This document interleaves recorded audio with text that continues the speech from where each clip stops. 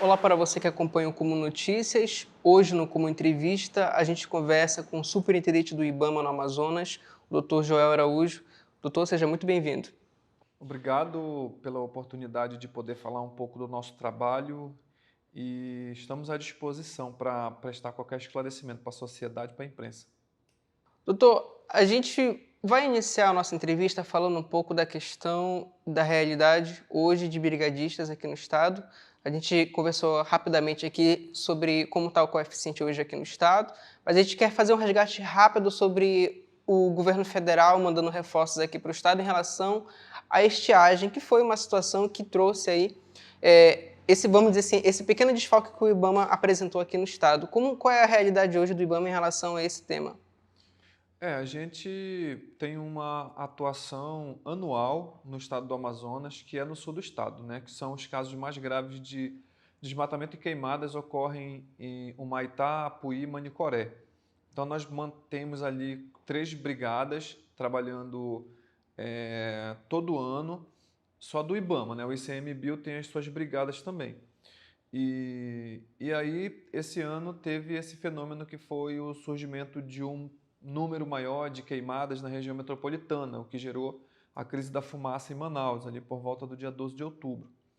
E nesse momento, o Ministério do Meio Ambiente, o IBAMA, instigado pela sociedade, pela imprensa, enviou uma força-tarefa de brigadistas que trabalham numa modalidade que a gente chama de pronto emprego, né, que não são aqueles que ficam fixos num só lugar, mas eles vão para vários lugares onde são demandados.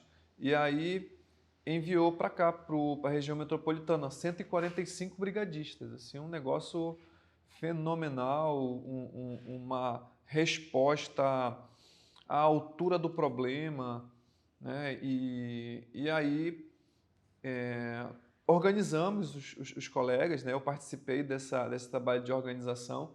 Nós distribuímos os brigadistas entre os municípios de Careiro da Várzea, Manaquiri, Careiro Castanho e Altazes, né? Nós conseguimos mapear os focos e dividir em 5 equipes e mais a sede que ficou ocorrendo em Careiro Castanho. E nós realizamos também um curso de formação de brigadistas para 45 brigadistas lá em Careiro Castanho. Então foram essas as contribuições. Infelizmente, o processo de contratação dos brigadistas é curto, é de 6 meses, e eles têm capacitação, têm uma série de atividades, tem a questão do manejo integrado do fogo, que é uma parte que antecede o combate direto ao fogo. Então, eles têm muita coisa para fazer, são muitas demandas.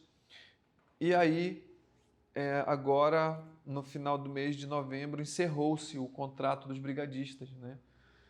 A gente tem a expectativa agora de retomar esse contrato o ano que vem. O IBAMA já anunciou que está fazendo tratativas para que esse contrato seja de 2 anos, não mais de 6 meses. Está fazendo tratativas também para aumentar o número de brigadistas. E uma informação nova, importante, é que foi aprovado no PINAPA, que é a reunião anual do Previfogo, de que nós vamos criar um núcleo do Previfogo aqui em Manaus, que também é uma novidade, é super importante. Claro que a gente tem que entender a questão das competências legais. O IBAMA tem suas competências federais, que são a BR, né? As rodovias federais e as terras indígenas. Essas são as competências do IBAMA, mas não a atuação supletiva também no combate ao fogo, ela existe também, né? Então a gente tem que ter um olhar sobre isso. O Estado tem as suas obrigações também, e os municípios também têm a sua obrigação nesse quesito da prevenção e combate a incêndios florestais, mas nós vamos poder atender aquilo que é da nossa competência, atender supletivamente as competências do Estado e atender demandas de formação de brigadistas também aqui em todo o estado do Amazonas.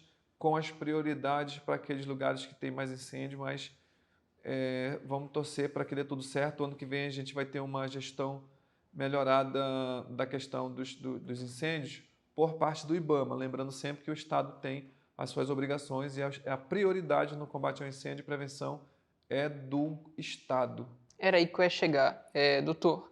A gente entende também que, além da questão da fumaça, essa crise que atingiu a gente há alguns meses, também tem a questão da estiagem.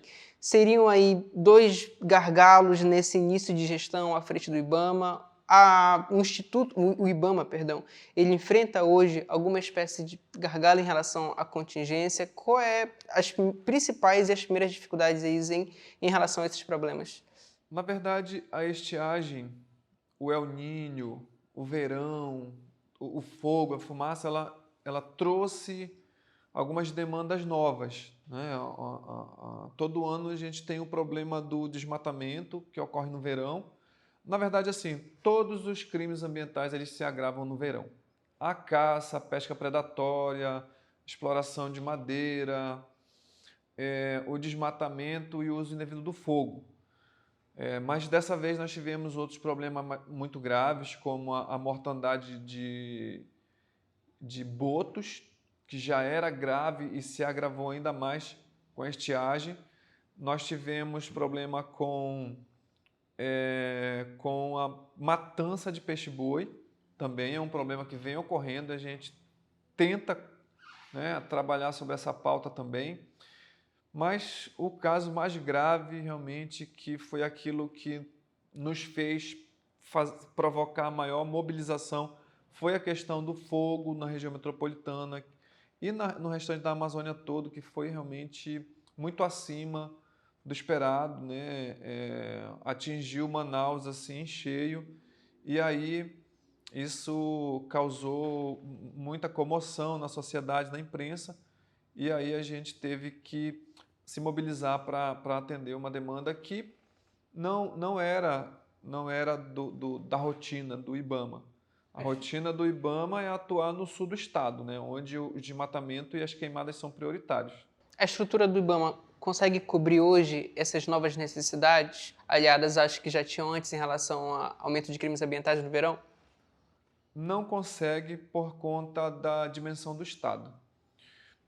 Nós temos aqui muitas terras indígenas que sofrem diversos tipos de crime ambiental, desde a exploração de madeira, desmatamento, garimpo, caça e pesca predatória. Então a gente acaba tendo uma dimensão continental do estado, é o maior estado do país, é o terceiro maior estado das Américas. Se o Amazonas fosse um país, seria o 16º em extensão territorial. Então, nós só temos IBAMA em Manaus, nós temos hoje 69 servidores, nem todos eles atuam em campo. Então, a gente conta com a colaboração dos colegas de Brasília. O IPAAN também faz uma parte, né, atende uma parte dessa problemática também. Eu acho que é importante a gente reconhecer o papel do órgão estadual de meio ambiente. Os servidores atuaram fortemente no combate ao desmatamento na região metropolitana. Nós temos ido em regiões onde o IPAAN já passou, então isso é importante reconhecer o papel do governo do estado, do órgão estadual de meio ambiente. Mas a gente precisa crescer, o IBAMA precisa de novas sedes, o IBAMA precisa reabrir Tabatinga, precisa reabrir o Maitá, Boca do Acre, Parintins, São Gabriel da Cachoeira e lotar servidores lá e dar estrutura para eles, para a gente fazer a proteção ambiental. A gente conta também com as forças policiais, a Polícia Federal, através do Ministério da Justiça, Ministério da Justiça deve ampliar a sua presença na Amazônia, e a gente também meio que vai junto, né, com mais segurança, com mais Polícia Federal. O IBAMA pode atuar também mais na questão dos crimes ambientais. Então, isso vai fortalecer, mas a gente precisa do IBAMA forte. né? Então, a gente precisa de contratação de pessoas, precisa de equipamentos, precisa de veículos, precisa de barcos, né? Então, é isso. Doutor, o senhor citou ainda há pouco a relação da matança dos peixes bush que cresceram bastante este ano.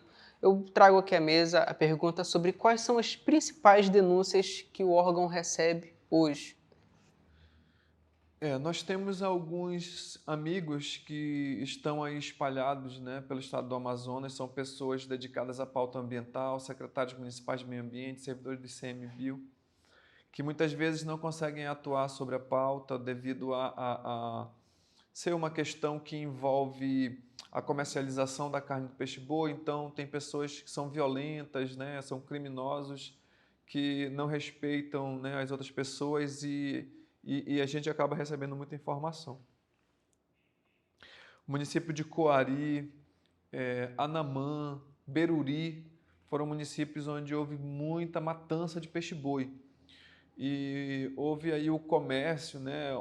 Essa situação ela já é típica, ela já acontece todo ano, mas nesse ano realmente se agravou. E é um problema, é um crime muito brutal, é um crime realmente de uma covardia muito grande, porque o peixe-boi ele já é uma espécie muito fragilizada pela própria essência da espécie, mas dessa vez com a estiagem e a diminuição do seu espaço vital facilitou a predação do peixe-boi e nós tivemos notícias da matança de grandes quantidades nesses municípios e outros municípios e nós tentamos atuamos em Coari, autuamos uma pessoa que estava comercializando carne de peixe-boi na feira municipal, então a gente noticiou isso para a imprensa, fiz uma fala contundente para a imprensa em relação à comercialização de Foi no último dia 27, né? A carne gente de acompanhou. peixe-boi, de pescado ilegal dentro dos mercados municipais, o que é um absurdo total. Isso é a participação, é com a participação, a omissão do município e dos gestores municipais estão sendo permissivos com o crime ambiental dentro de espaços públicos. Então, isso é inaceitável. Nós encaminhamos a responsável pelo mercado municipal de Coari à delegacia, ela só saiu de lá após pagar fiança, né? Então, a gente precisa dessas medidas mais contundentes para poder dar um recado claro de que a sociedade não pode ser conivente com o crime ambiental. O crime ambiental é como um crime como outro qualquer. Tem a Lei de Crimes Ambientais 9.605 de 98, que prevê pena de detenção para os crimes ambientais, então não pode ser tratado como algo pormenorizado, tem que ser tratado como um crime e a pessoa tem que responder judicialmente por ele. Doutor, quais são as pautas que devem ser a sua prioridade na sua gestão agora? O senhor é um gestor jovem que assume uma autarquia de muita responsabilidade no governo federal. Quais devem ser as suas prioridades na gestão? A nossa prioridade número 1 é diminuir o desmatamento, né? A gente tem conseguido bons resultados. Brasília, as equipes dos colegas de Brasília, da Coordenação de Fiscalização de Flora, têm vindo mensalmente no estado, nas áreas prioritárias. Nós adotamos uma estratégia de manter presença em campo, né, como a principal estratégia para a diminuição do desmatamento.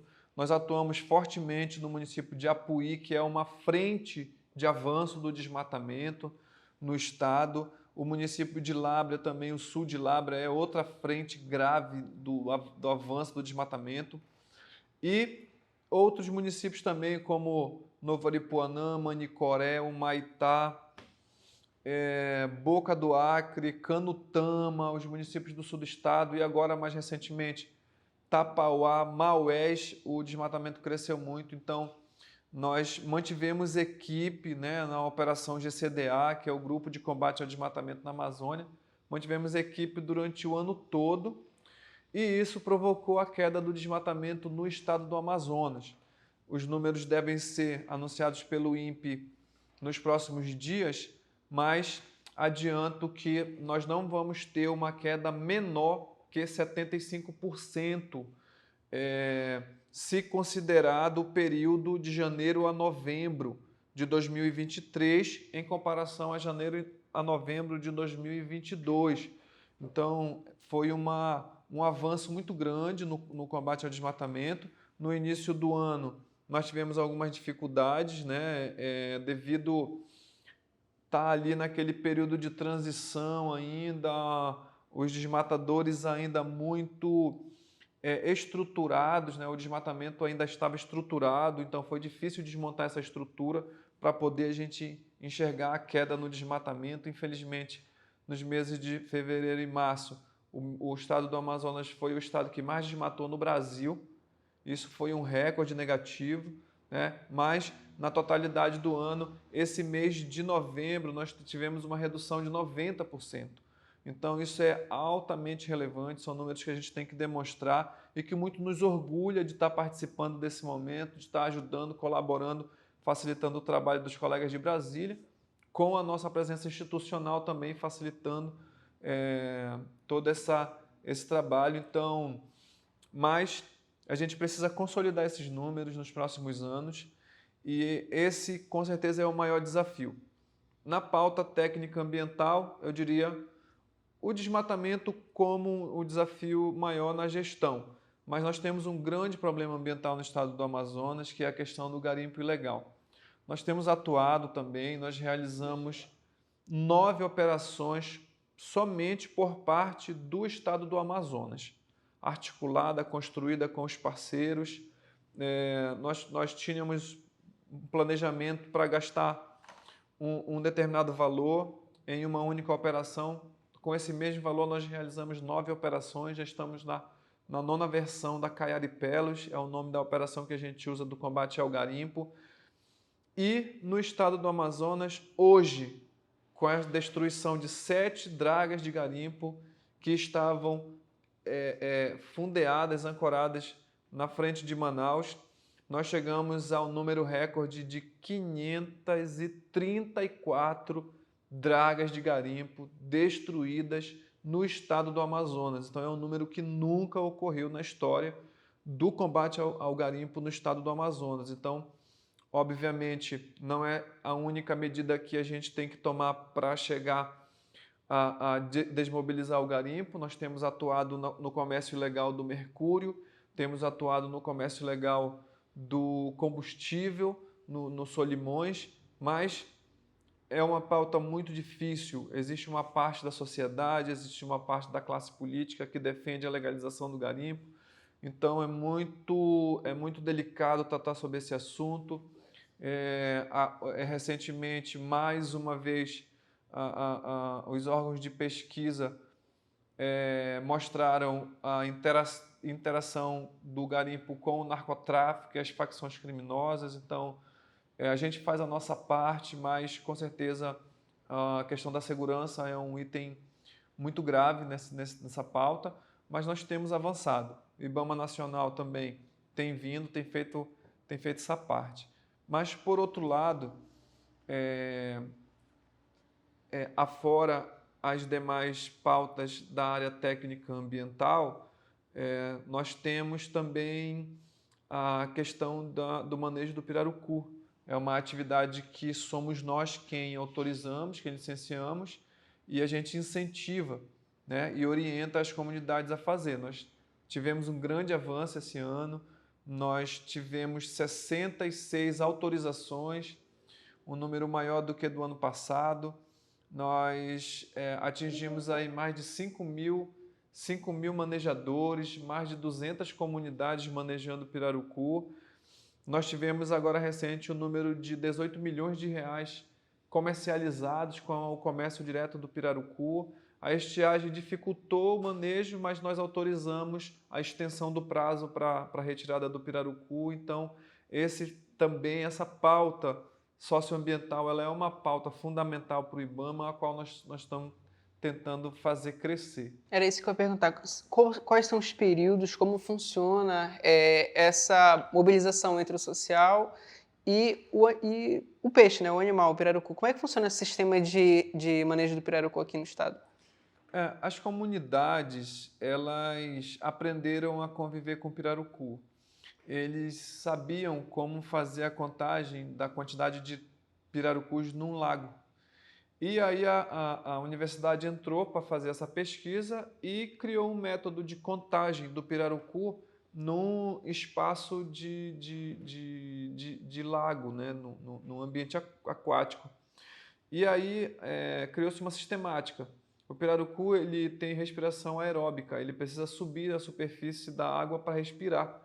E nisso ele aparece na superfície e o pescador sabe, né, quantos pirarucus ali emergiram para respirar e em que tamanho de área e se é macho, se é fêmea, se é filhote.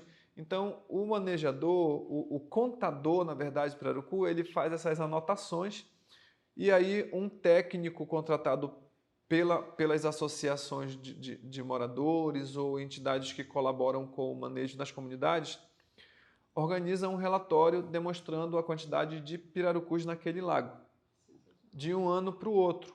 E aí, para citar um exemplo, nesse ano, né, faz-se a contagem e apresenta-se o relatório para o IBAMA, né?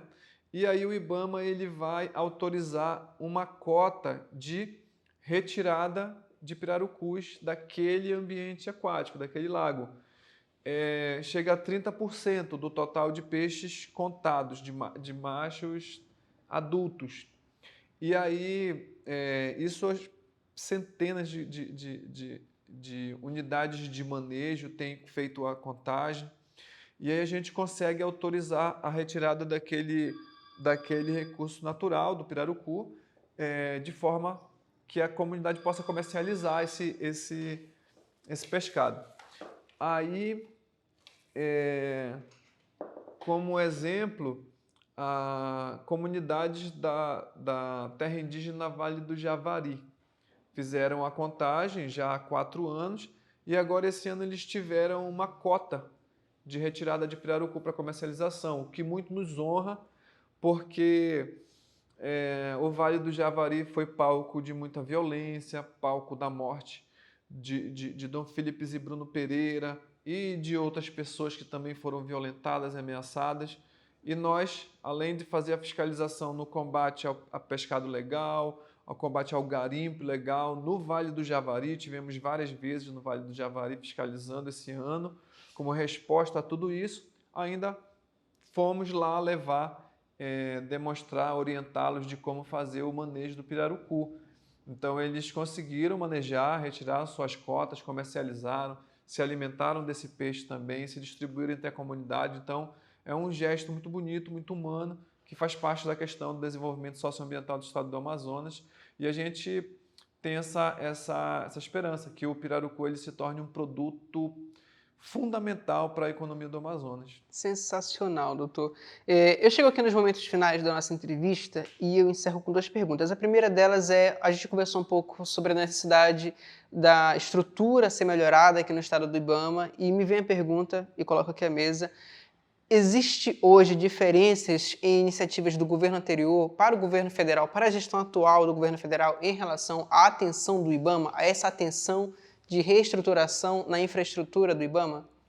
A gente não dá para comparar, na verdade, né? São coisas totalmente. Existe um abismo de gestão entre o governo Bolsonaro e o governo Lula, né? O governo Lula, o presidente Lula, ele empodera as instituições de meio ambiente do governo federal, o Ministério do Meio Ambiente. A nomeação da ministra Marina foi uma sinalização nesse sentido. Ela é uma liderança global no combate ao aquecimento global, às mudanças climáticas.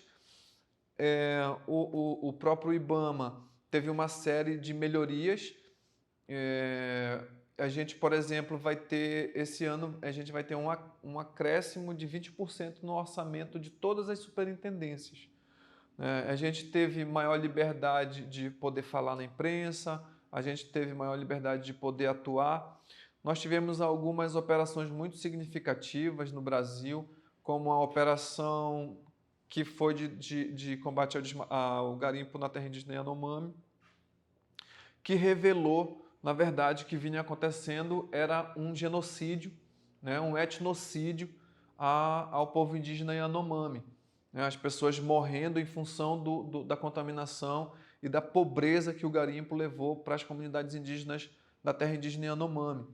Então, em vários outros aspectos, eu sou superintendente do IBAMA hoje, com muito orgulho, sou parintinense, estudei, me criei, trabalhei a vida toda nesse estado. Estou no IBAMA desde 2007, através de concurso público, o que muito nos honra também, porque representa, né, os estudantes do Amazonas, a juventude do Amazonas, né, simboliza que a juventude pode também fazer gestão de órgãos importantes e ser servidor da casa foi também uma forma que o presidente Rodrigo Agostinho, presidente do IBAMA, e a ministra Marina Silva encontraram de valorizar a nossa carreira. Internamente, nós conseguimos uma série de avanços.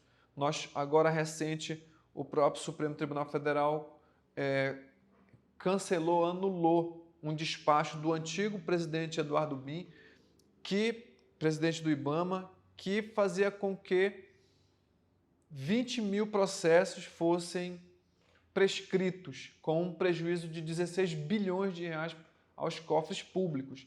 Então, esses processos agora, por essa interpretação, deixam de ser processos prescritos e vão continuar sendo julgados, né? E também nós conseguimos alguns avanços em termos de direitos dos servidores. Nós temos hoje uma mesa de negociação entre os servidores da carreira e o governo federal. Recentemente houve um tensionamento dessa relação por conta de atrasos na negociação, mas o importante é que o diálogo está aberto. Nós conseguimos estabelecer critérios mais simples para disponibilização de um direito que é a periculosidade aos agentes ambientais federais, que foi negado no governo Bolsonaro, foi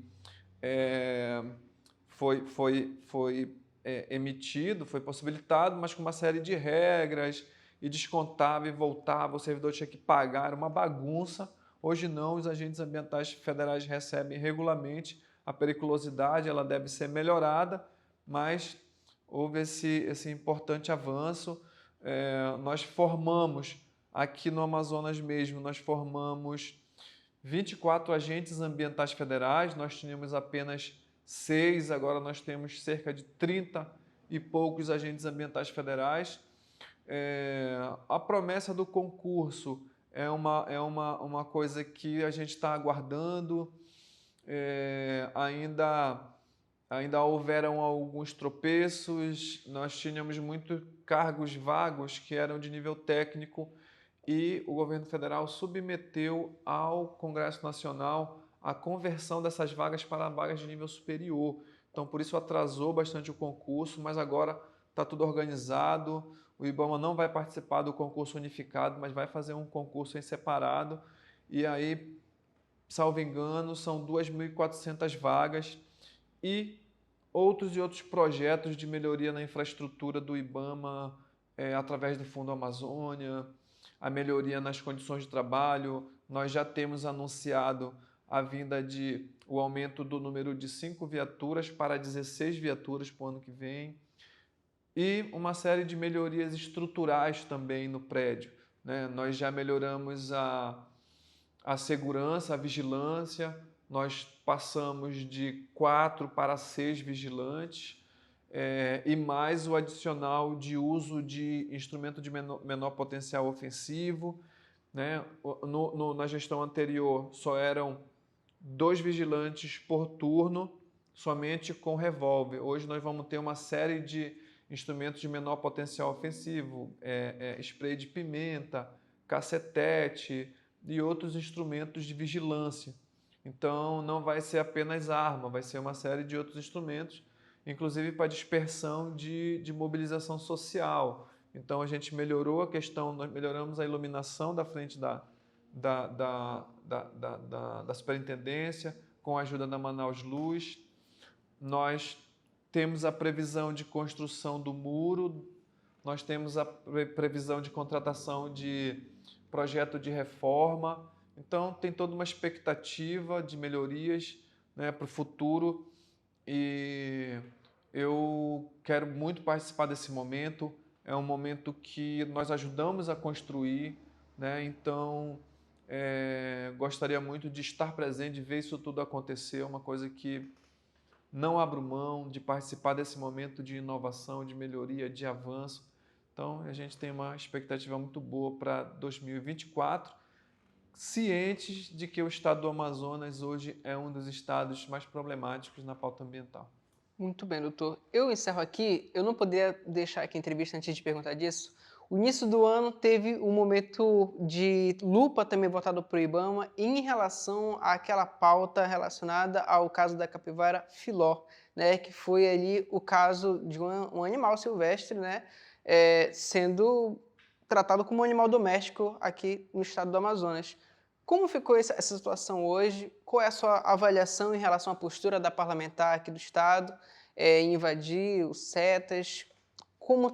Atualiza a gente em relação a esse caso hoje.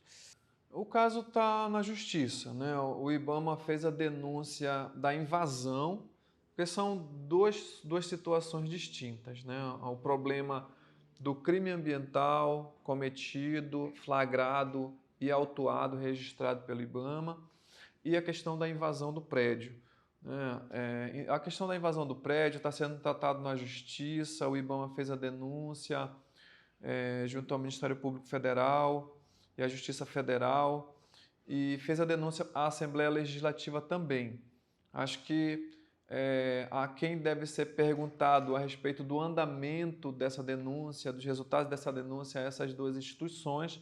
Eu espero que, sendo caracterizado o crime, que nós acreditamos que assim ocorreu, a deputada responda por esses crimes e possa servir de exemplo para toda a sociedade, né? Você não pode invadir um órgão público, você não pode criar um clima de ameaça aos servidores, você não pode ameaçar vigilantes, você não pode agredir vigilantes, você não pode depredar, né, influenciar as pessoas a um ato que é um ato antidemocrático, na verdade.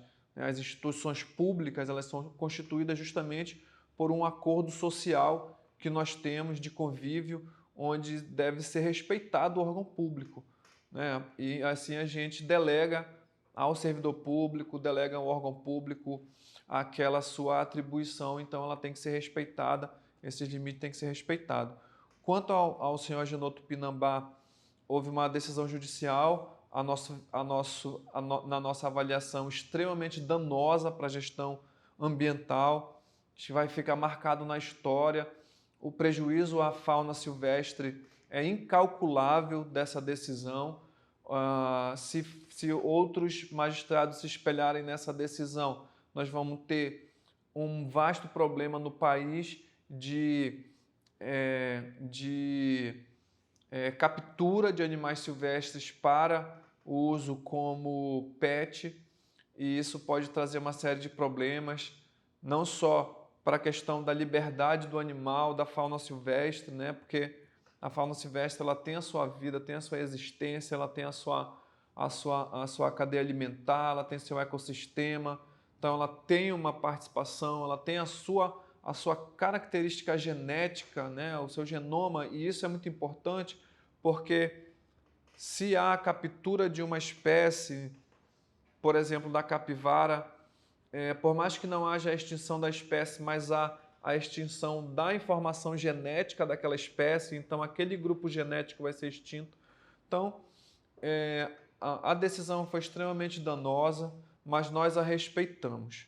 Nós providenciamos a entrega do animal como orientado pelo o juiz federal, e aí a gente está aguardando essa definição, né? O IBAMA recorreu dessa decisão e a gente está aguardando a definição. A gente vê dessa forma, acho que foi um grande prejuízo.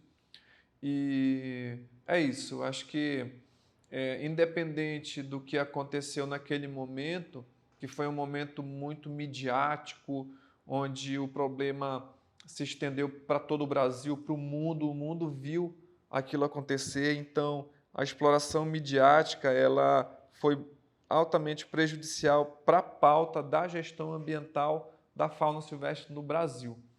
Hoje, existem vários outros perfis na internet que fazem uso da fauna silvestre da mesma forma que o senhor Agenor Tupinambá fazia antes do IBAMA intervir, né? Porque o IBAMA interviu, apesar da decisão judicial que deu a ele a guarda da capivara filó, as outras imagens, filmes, fotos com outros animais silvestres, ele foi obrigado a retirar das suas páginas do TikTok, YouTube e do Instagram.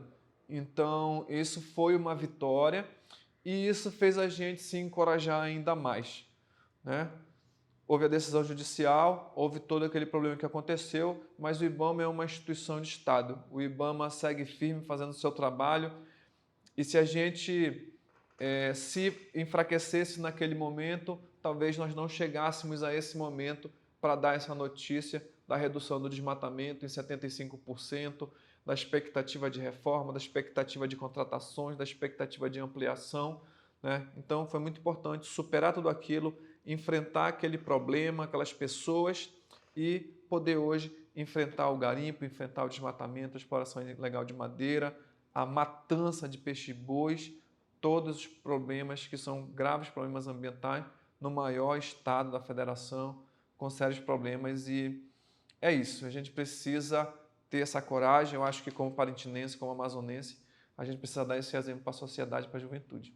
Doutor, eu quero aqui agradecer a oportunidade de entrevistá-lo e também quero aqui convidar a próximas entrevistas futuras aqui. O convite fica renovado para próximas oportunidades. Fique à vontade para vir aqui com a gente sempre. A nossa demanda está muito grande, nós estamos muito sobrecarregados, final de ano principalmente, tem muitas questões internas, processuais para resolver, mas a casa está sempre de portas abertas para a imprensa. A gente tem um procedimento de comunicação social, a gente envia os releases com imagens, fotos, vídeos e falas do superintendente. E ali a gente é um canal de comunicação, mas se quiser vir para fazer a entrevista aqui, facilita a nossa vida e aí a gente pode estar conversando melhor com vocês. Perfeito. Para você que nos acompanhou até aqui, muito obrigado e continue nos acompanhando em canais oficiais. Até a próxima.